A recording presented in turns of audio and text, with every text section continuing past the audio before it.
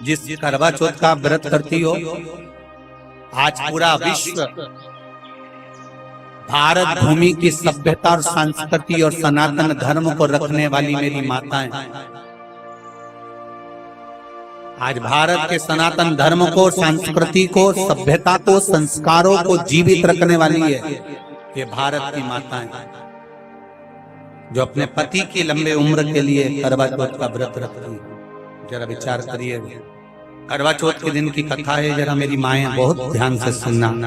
आपने अपनी जिंदगी में कभी इस कथा को सुना ना सुना, पर ये विश्वनाथ की धरा से मां अन्नपूर्णा और गंगा जी के अखंड सौभाग्य से, मां पार्वती दुर्गा के अखंड सौभाग्य से, ये विश्वनाथ की नगरी से ये कथा मिल रही है। आपके अखंड सौभाग्य के लिए, आपके अखंड चूड़ा के लिए, मांग के सिंदूर के लिए मिल रही। कैलेंडर में छपा हुआ करवा चौथ का फोटो आने लगा, नहीं तो पहले नियम था दीवार पर बनाई जाती थी और वहां पूजन करी जाती थी।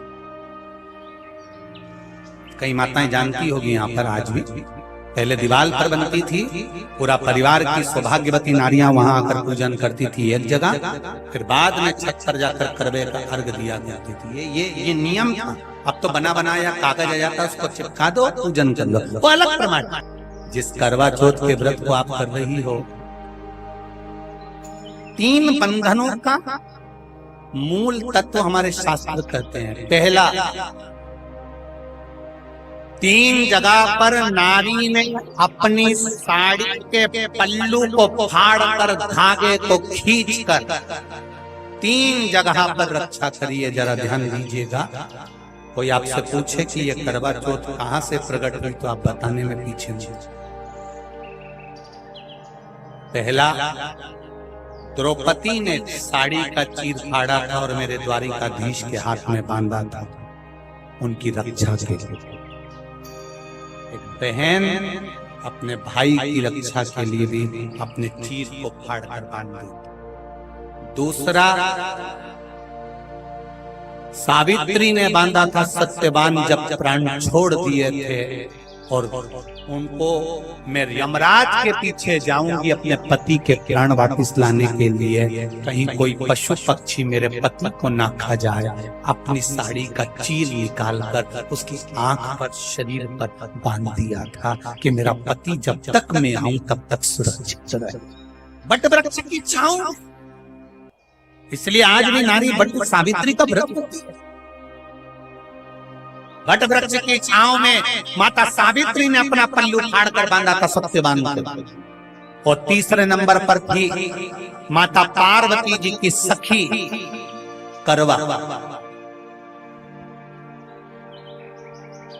हरतालिका तीज का व्रत कौन कौन करता है, जरा हाथ उठाओ।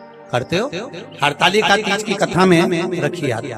हरतालिका तीज की कथा में आता है कि माता पार्वती जी अपनी सखियों के साथ वन में चली गई। बोलो जी, सुनी कि नहीं सुनी कथा? 2 सखियां, 2 सखियों के साथ माता पार्वती वन में गई थी। हरतालिका तीज की कथा में 2 सखियों का चरित्र आता है। उसमें एक करवा, जो जिसका पार्वती जी की सहेली के रूप में एक जन्म नहीं हुआ। ये करवा माता सती के समय पर भी थी और ये उमा के समय पर भी थी, बस इसका नाम बदलता चले गया। जैसे पार्वती जी का नाम बदलता चले गया, कभी सती, कभी उमा, कभी कात्यायनी, कभी स्कंदा, कभी कुष्मांडा, कभी महागौरी, कभी शारदा, ऐसा नाम बदलता चले गया। उसी तरह इसका नाम धीरे धीरे धीरे धीरे, जो पार्वती जी की उस समय पर सहेली थी, पार्वती मैया का विवाह भगवान विष्णु के साथ पक्का कर दिया तो पार्वती रोने लगी थी। अपनी सहेली से कहा, सखी मेरा विवाह भगवान नारायण के साथ पक्का कर दिया है, मेरे पिता ने नारायण के साथ मेरा विवाह पक्का कर दिया, मैं क्या करूं? सखी कहती है, क्यों चिंता करती है, तू क्या चाहती है वो बोल। मैं केवल देवाधिदेव महादेव को चाहती हूँ, उनसे स्नेह करती, उनसे विवाह करना चाहता। तो फिर अगर शिवजी को चाहती हो, शिवजी से प्रेम करती हो, तो फिर दूसरे के आगे हाथ जोड़ने से अच्छा है कि महादेव की ही आराधना करो। क्या करना पड़ेगा?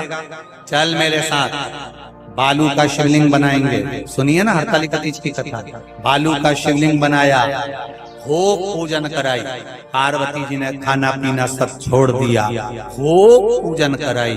केवल अकेली पार्वती ने पूजन नहीं करी, ये दो सखी जो साथ में थी इनने भी शिव जी की पूजन करी है।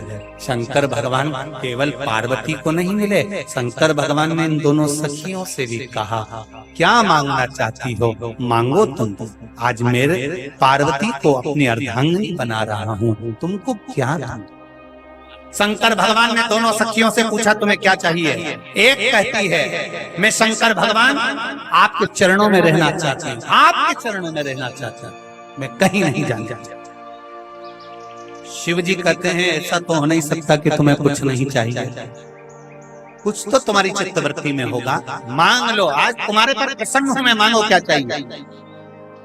वैसे तो जिस नारायण के साथ में सती का विवाह पक्का हुआ था, उन नारायण के चरणों में मैं हमेशा रहना चाहती हूँ। शिव जी ने कहा तेरे मन में दो भाव उत्पन्न हो गए, पहले तूने मेरे चरण मांगे, उसके बाद नारायण के चरण मांगे, अर्थात तेरी वृत्ति में कहीं थोड़ा सा खेद उत्पन्न हो गया, इसलिए कुछ क्षण के लिए तेरे भीतर गलत भाव उत्पन्न हो गया था।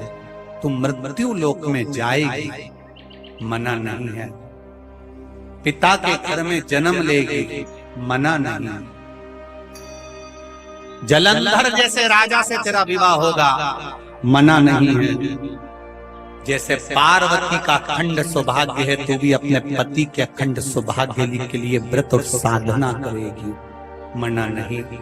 पर तेरा चित्त बाद में तूने नारायण को मांगा है, इसलिए नारायण तेरे सातित्व को तोड़वाएंगे और बाद में तू तुलसी का पौधा बनकर नारायण के चरणों में करेगा।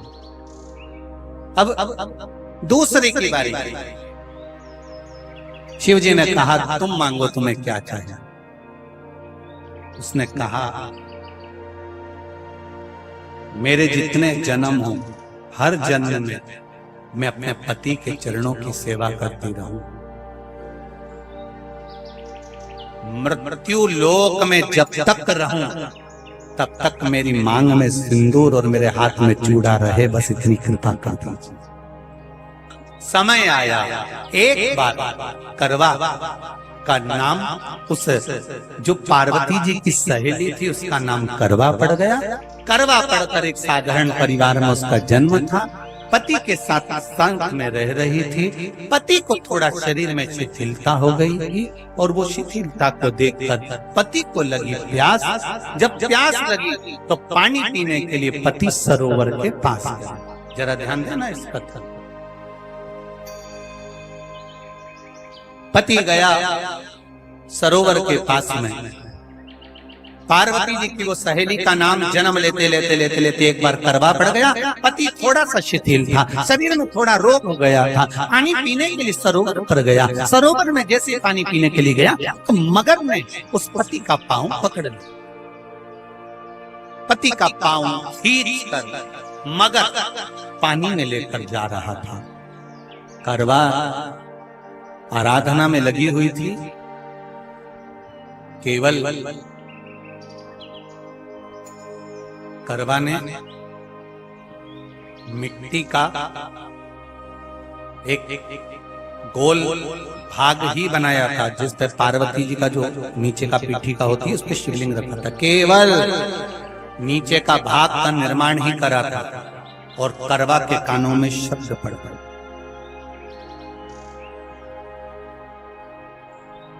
करवा के कानों में शब्द पड़ गया। पति के चीखने की आवाज।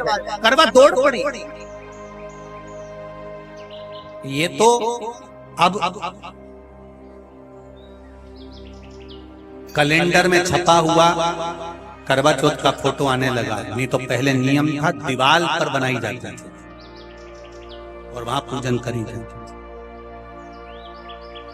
कई माताएं जानती होगी यहाँ पर आज भी पहले दीवार पर बनती थी, पूरा परिवार की सौभाग्यवती नारियां वहां आकर पूजन करती थी एक जगह, फिर बाद में छत पर जाकर करवे का अर्घ दिया करती थी। ये नियम था। अब तो बना बनाया कागज आ जाता, उसको चिपका दो, पूजन कर लो, वो अलग प्रमाण। पर यहाँ करवा मट्टी का भाग का लेपन कर रही थी, और लेपन करते करते बस उस समय पर पति की आवाज आई, छोड़ा, करवा भागी। और शिव आराधना में लगी हुई करवा, पार्वती की आराधना में लगी हुई करवा भाग कर गई। पति को देखा तो मगर खींच कर ले जा रहा था। करवा ने अपना चीर फाड़ कर मगर की पूंछ को पकड़ कर खींचा। और कितना सात्विकता में बल होगा, जरा विचार करना कि मगर को खींच कर वृक्ष के नीचे ले गई, और वृक्ष के नीचे नहीं जा पाई तो वहीं पर घाट के ऊपर घास लगी हुई थी। इसलिए आज भी करवा चौथ के व्रत में आपने देखा होगा, कुछ सलाखें, कुछ घास आपको मिल जाती है।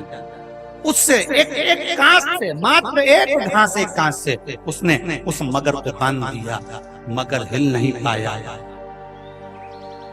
यम के दूत आ गए, इसके पति को मौत के ग्रास ले जाने।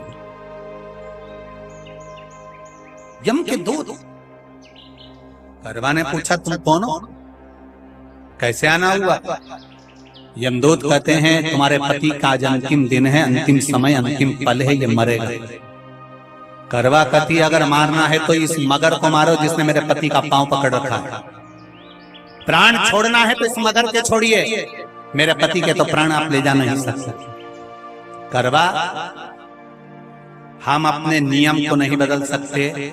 तेरे पति की अंतिम सांसें हैं, वो मरेगा। मगर को अभी नहीं मरना है, मगर अभी कम से कम 9 महीना और जीवित रहेगा। इसका हमारे पास लेख है। करवा कहती है, ऐसा हो। यमदूत खड़े हैं, ले जाने दे नहीं रही। क्रोध आ गया करवा को, हाथ में जल उठाया। अगर एक यमदूत भी मेरे पति को उठाकर ले जाता है तो मैं शिव भक्त माता पार्वती जी की भक्त करवा आपको श्राप दे दूंगी। सब दौड़ पड़े, यमराज के पास चले गए। यमराज ने पूछा, तुम दौड़ कर आए हो, क्या हुआ? यमराज पूछते हैं, दूत कहते हैं, वो करवा अपने पति को नहीं लाने दे रही। यमराज वहां कर खड़ा हो जाता है। करवा को समझाया, करवा तेरे पति के प्राण जा चुके हैं, तेरा पति अब मरने वाला है, अंतिम क्षण इसको ले जाने दे, इसका आज आखिरी दिन है, मगर को ले जा पर मेरे पति को नहीं। मान नहीं पाया। यमराज जब क्रोध पर अड़ गया, तब करवा को क्रोध आया, और क्रोध में आकर जल लेकर करवा ने श्राप देना चाहा यमराज को। यमराज चरणों में पड़ गया, रेन दे करवा, मैं तुझे वर देता हूँ, आज चतुर्थी का दिन है, तेरे पति को मैं जीवन दान देता हूँ। आज के दिन जो तेरे नाम से व्रत धारण करेगा, उसका खंड सौभाग्य स्वयं यमराज करेगा। स्वयं करवा का पति जो मगर ने पांव पकड़ रखा था, प्राण छूट रहे थे, वो करवा का पति जीवित दौड़ कर गई। मट्टी का पात्र रखा था, मट्टी के पात्र में जल भर कर लाई अपने पति को, क्योंकि पानी पीने के लिए ही गया था। मट्टी के पात्र में जल भरकर जब करवा लेकर आती, और करवा जब मट्टी के पात्र में जल भरकर लेकर आई, अपने पति को पानी पिलाने लगी। पति उठकर उसने कहा, इस जल की जरूरत तेरे को है करवा, क्योंकि तूने शिव आराधना के लिए, पार्वती की आराधना के लिए मुख में कोई जल नहीं रखा। पति ने जल का आचमन अपनी पत्नी को कराया।